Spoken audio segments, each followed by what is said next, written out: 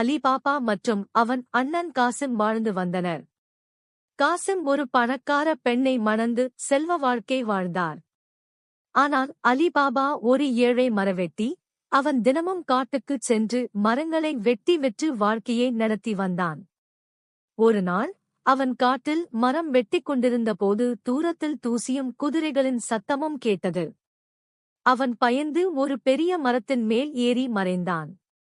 அங்கு 40 திருடர்கள் குதிரைகளில் வந்து ஒரு பெரிய கல் கதவின் முன் நின்றனர்.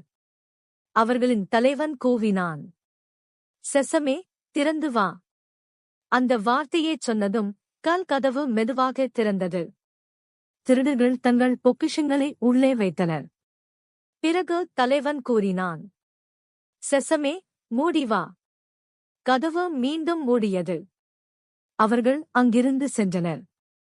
அதை எல்லாம் பார்த்த அலிபாபா ஆச்சரியத்துடன் கீழே இறங்கி அதே வார்த்தைகளைச் சொன்னான். "செசமே, திறந்து வா." கதவு திறந்தது.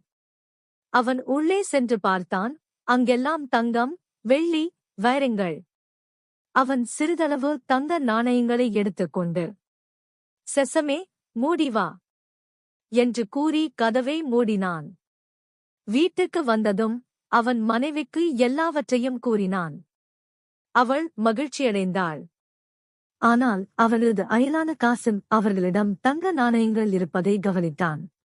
அவன் மனைவி காசிம் மனைவியிடம் ஒரு அளவுகோல், தராசு, கடனாக கேட்டபோது அதில் தங்க நாணயம் ஒட்டிக் கொண்டது. அதைக் கண்டு காசிம் உண்மையை அறிந்தான். மறுநாள் காலை பேராசையில் காசிம் காடுக்குச் சென்று அதே வார்த்தைகளைச் சொன்னான். "செசமே, திறந்து வா." கதவு திறன